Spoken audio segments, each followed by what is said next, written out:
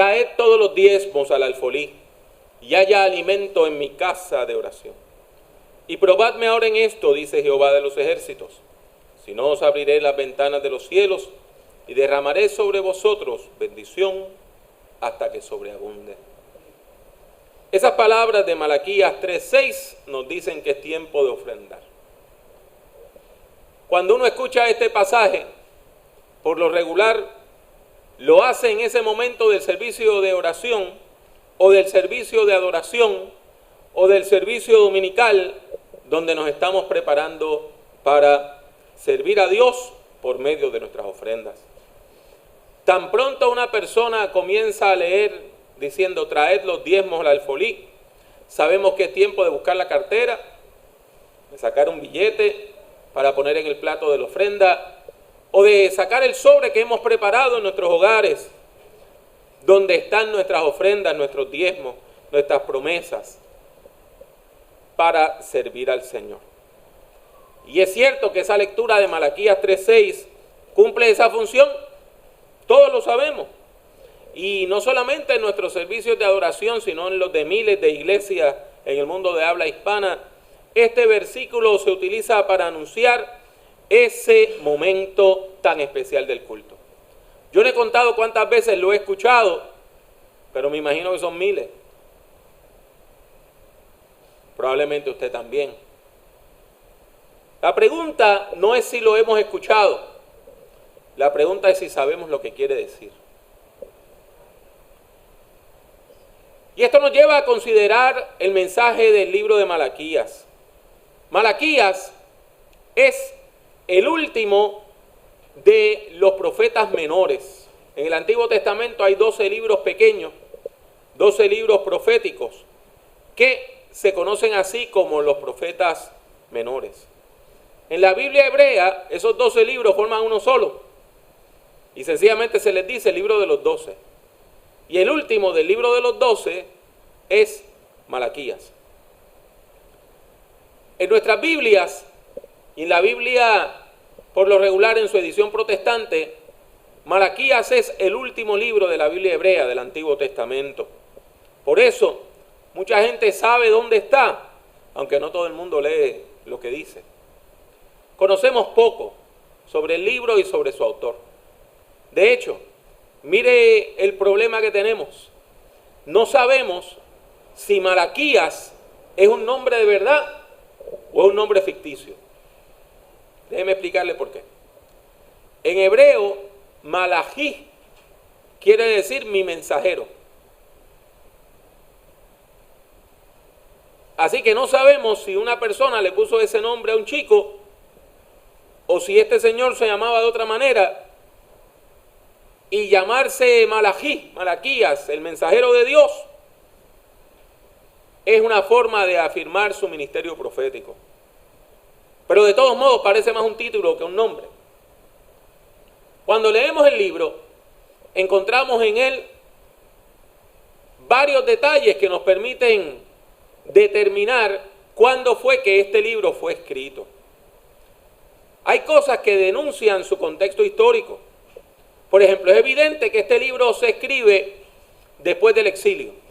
Después que el pueblo de Dios vence el cautiverio en Babilonia y es liberado por los persas y puede volver a su tierra, a la tierra de Judá. Es también evidente que el templo de Jerusalén ya ha sido reconstruido y que ya el culto está operando normalmente y que hay adoración y hay enseñanza. Y damos gracias a Dios por eso. Tal parece que el libro fue escrito después del ministerio de Ageo y de Zacarías. Y con toda probabilidad, Malaquías fue instrumental en los ministerios de Esdras y Nehemías, que fueron quienes dirigieron el proyecto de reconstrucción nacional. Sin embargo, el libro de Malaquías es una paradoja, porque combina dos cosas que por lo regular usted no ve una al ladito de la otra. Me refiero a que el libro de Malaquías combina a veces en la misma profecía palabras de juicio con palabras de ánimo y de bendición. Por un lado le exhorta, por el otro lado le condena. Y esto lo podemos ver con bastante claridad en los primeros versículos del capítulo 4 que dicen: ya viene el día candente como un horno. En ese día todos los soberbios y todos los malhechores serán como estopa y serán consumidos hasta las raíces. No quedará de ellos ni una rama. Lo digo yo, el Señor de los ejércitos. Hasta ahí es juicio, ¿verdad? Pero para ustedes, los que temen mi nombre, brillará un sol de justicia que les traerá salvación. Entonces ustedes saltarán de alegría como los becerros cuando se apartan de la manada. Y tenemos palabras de bendición. Un versículo al ladito del otro, en la misma profecía. Uno tiene palabras duras y otro tiene palabras de bendición. En particular, Malaquías es muy duro contra los líderes políticos y los líderes religiosos corruptos. Recuerden que en este tiempo la religión y la política van de la manita, y los sumos sacerdotes eran quienes básicamente gobernaban a Judá. Por lo tanto, Malaquías tiene palabras muy duras para esa gente, muy duras para los sacerdotes corruptos, sobre todo para aquellos que explotan económicamente al pueblo de Dios. Hermano y hermana, la palabra de Dios es clara. Dios no avala, Dios no bendice a quienes explotan económicamente a los demás en el nombre del Señor. El nombre de Dios no puede ser usado en vano, y por lo tanto el nombre de Dios no puede ser usado para la corrupción. Mire lo que dice Malaquías en el capítulo 2, a partir del versículo 1. Para ustedes, sacerdotes, es este mandamiento: si no prestan atención, ni se proponen de corazón dar gloria a mi nombre, convertiré en maldición sus bendiciones. O sea que cuando los religiosos bendigan, lo que el pueblo va a recibir son maldiciones. Sí, las convertiré en maldición porque ustedes no se han propuesto de corazón a honrarme. Lo digo yo, el Señor de los ejércitos. Y es en este contexto que encontramos las palabras de juicio y de exhortación, de ánimo y de condena, que están en Malaquías capítulo 3. El texto comienza denunciando la corrupción moral del pueblo. Tiene que quedar claro, Dios nunca va a aplaudir la corrupción. La corrupción es pecado, y el pecado es algo que Dios aborrece. Por lo tanto, el texto comienza denunciando esa corrupción moral del pueblo, denunciando la corrupción que ha llevado al pueblo a cometer toda una serie de pecados, violando de nuevo el pacto con Dios. ¿Y cuán peligroso es eso? Cuando el pueblo ya había ido a cautiverio por estar violando el pacto con Dios. Están, una vez más, haciendo los mismos pecados que le condenaron. Y en Malaquías 3:5 encontramos un resumen que nos describe la situación del pueblo. El Señor de los ejércitos ha dicho: yo vendré a ustedes para someterlos a juicio, y me dispondré a actuar como testigo contra los hechiceros y adúlteros, contra los perjuros y los explotadores, contra los que defraudan en su salario al jornalero, a la viuda y al huérfano, y contra los que no les hacen justicia a los extranjeros, ni tienen temor de mí. Interesante, Dios dice: si les hago un juicio, yo mismo voy a testificar en contra de ustedes. Y es en el ámbito de esa crítica general que encontramos este duro pasaje que nos habla de los diezmos, de las ofrendas, de la aportación económica que el pueblo debía dar a Dios, pero que no le está abandonando fielmente. Y aquí hay algo que yo quiero aclarar. Usted me dirá: pastor, por un lado usted dijo que los religiosos no pueden explotar económicamente al pueblo, pero por otro lado nos dice que el pueblo de Dios debe aportar económicamente para la obra del Señor. ¿Y sabe qué? Esos dos puntos no están reñidos. Explotar es cuando una persona le dice: dame dinero para su uso personal. Explotar es cuando una persona le pide dinero metiéndole miedo o dándole promesas falsas. Explotar es cuando yo le pido a usted dinero para una cosa y la uso para otra. Por ejemplo, una de las cosas que a mí me preocupa mucho en este país es que en Puerto Rico hay mucha gente que dicen que tienen iglesia y levantan dinero pro templo, pero cuando usted mira las escrituras de esas propiedades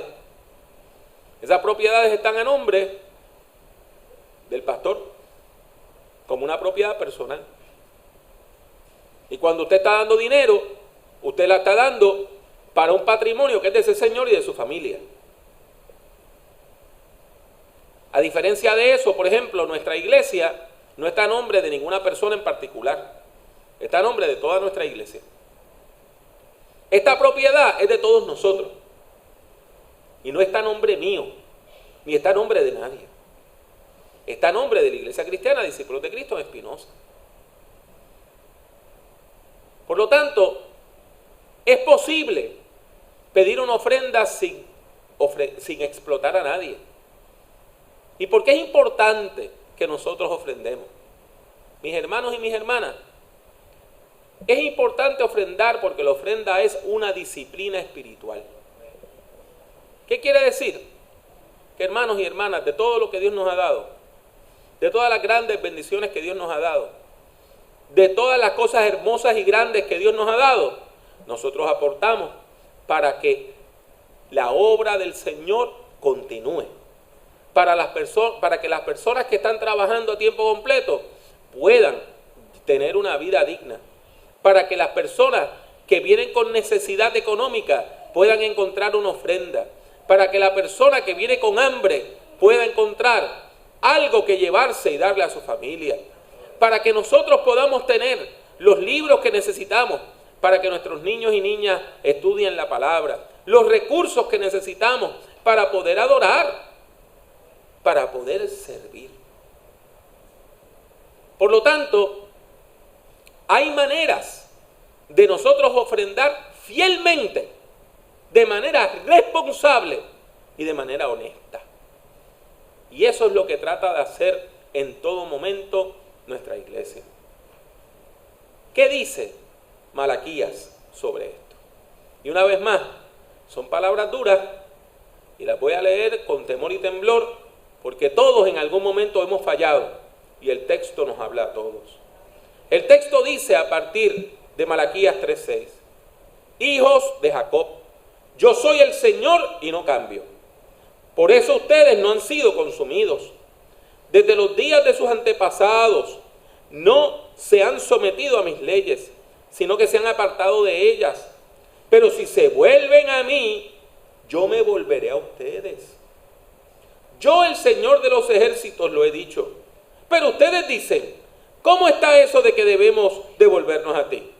¿Habrá quien pueda robarle a Dios? Pues ustedes me han robado. Y sin embargo dicen: ¿cómo está eso de que te hemos robado? Pues me han robado en sus diezmos y ofrendas, porque no hemos dado lo que corresponde. Y mire lo que dice la palabra. Le dije que son palabras duras. Malditos sean todos ustedes, porque como nación me han robado. Entreguen completos los diezmos en mi tesorería, y habrá alimento en mi templo. Con esto pueden ponerme a prueba.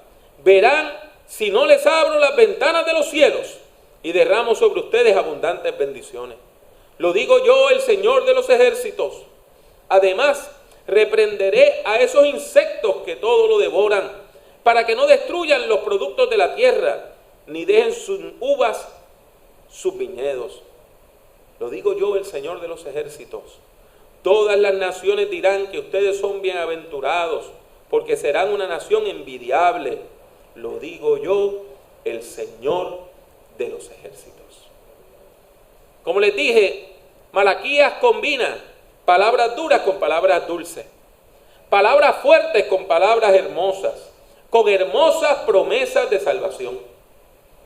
Y una vez más, vemos en este texto lo que yo les he explicado muchas veces. Esta dinámica espiritual que está en la Biblia, que yo le llamo la ley de la bendición. Cuando usted bendice, Dios le bendice. Cuando usted da, Dios le da. Cuando usted cumple su parte con el Señor, Dios cumple su parte con usted. Mire,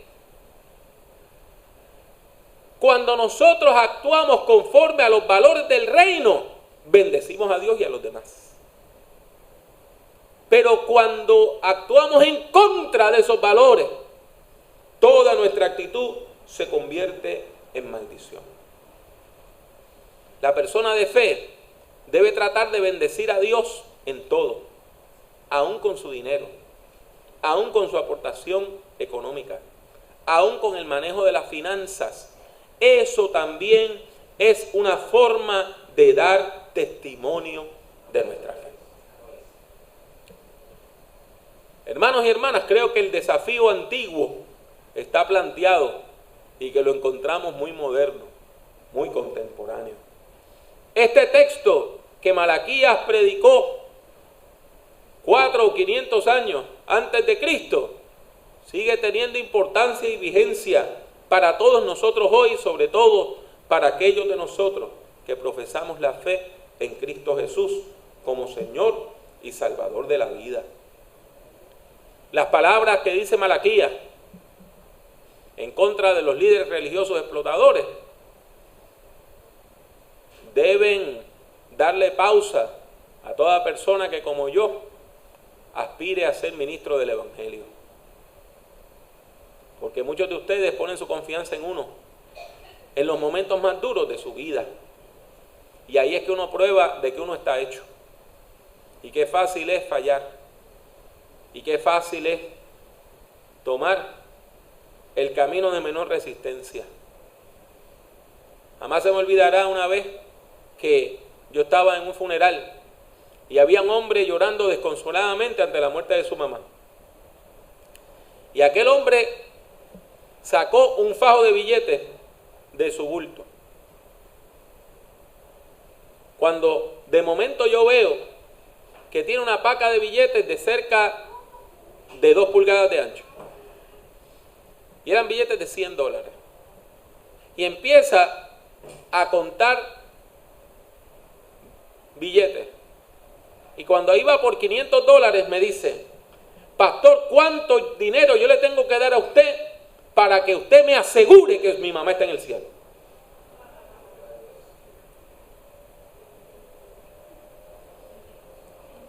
Así de fácil es la tentación.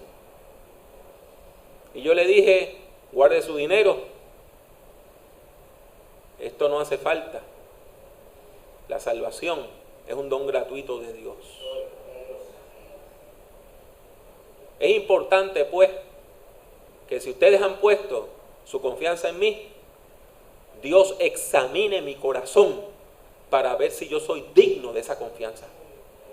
Y es importante que yo me examine a mí mismo para ver si yo estoy siendo digno de esa confianza. Y si eso corta para acá, corta para allá. Y si Dios me habla a mí, nos habla a todos. Y por eso yo les recalco que el mensaje de Malaquías tiene gran pertinencia y gran vitalidad. Porque el profeta nos está llamando a todos y a todas, a toda esta congregación, a examinar nuestros valores, a examinar nuestra conducta, a examinar nuestra práctica de la fe. Malaquías nos presenta, nos plantea una serie de preguntas importantes. ¿Estamos honrando a Dios con nuestra conducta? ¿Estamos adorando a Dios con sinceridad? ¿Estamos manteniendo la pureza sexual que debe tener una persona en todas sus relaciones? ¿Estamos siendo responsables con nuestras finanzas? ¿Estamos dándole a Dios todo lo que le corresponde a Dios? Malaquías nos hace una pregunta bien clarita. ¿Y tú? ¿Le estás robando a Dios? estás dando a Dios mucho menos de lo que a Dios le corresponde en todas las áreas de la vida. Pues sépase que ciertamente nadie puede robarle a Dios. Y que lo que usted le robe a Dios se va a convertir en sal y agua. Porque lo que es de Dios es del Señor. Y Dios no puede ser burlado. Por lo tanto, este texto nos llama a que examinemos nuestras vidas con humildad, a que vivamos en todo momento con temor de Dios y que actuemos conforme a los valores del reino de Dios. Si nosotros actuamos de una manera consona con los valores del reino, bendeciremos a Dios, bendeciremos a los demás, recibiremos bendición de aquel que ha prometido que si somos fieles, abrirá las ventanas de los cielos para derramar sobre nosotros bendición